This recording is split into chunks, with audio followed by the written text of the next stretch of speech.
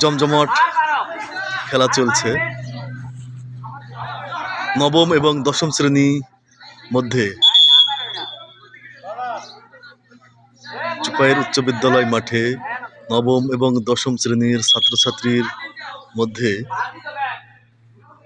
আজকের এই খেলা অনুষ্ঠিত হচ্ছে।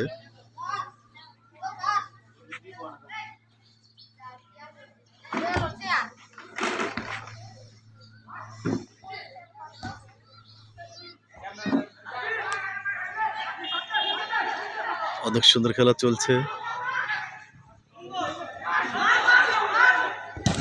নবম শ্রেণীর ছাত্রছাত্রীরা জার্সি পরিহিত এবং দশম শ্রেণীর ছাত্রছাত্রী